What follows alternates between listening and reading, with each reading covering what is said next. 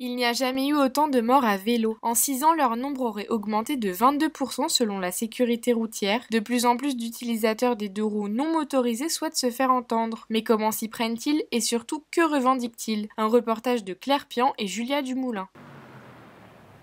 Chaque premier samedi du mois, les militants du mouvement Vélorussion se réunissent au pied de l'Opéra Bastille. Ils sont de plus en plus nombreux à revendiquer la place du vélo dans l'espace urbain. Certains souhaitent même la disparition de la voiture sur les routes, de façon à se sentir plus en sécurité lors de leurs déplacements.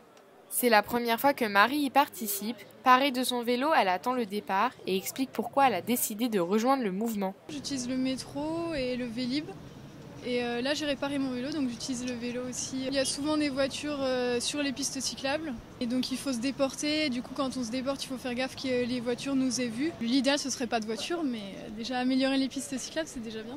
En 2016, 162 personnes sont décédées sur leur vélo et plus de 4000 ont été blessées. Yann a failli être l'un d'entre eux. À 35 ans, il utilise son vélo pratiquement tous les jours, alors chaque matin, il s'équipe pour éviter les dangers de la route. Les automobilistes à Paris ont du mal en fait à accepter qu'on soit un véhicule comme les autres. Il faut que les cyclistes eux-mêmes acceptent de prendre la place sur la route. Faire en sorte en fait qu'il y ait une cohabitation, comme presque une colocation en fait de la route, avec à la fois des voitures et des vélos. C'est comme cela, je pense, qu'on sera le plus en sécurité. Aujourd'hui, les cyclistes représentent seulement 3% des déplacements urbains, et malgré toutes ces mobilisations, ils peinent à se faire entendre par les autorités compétentes.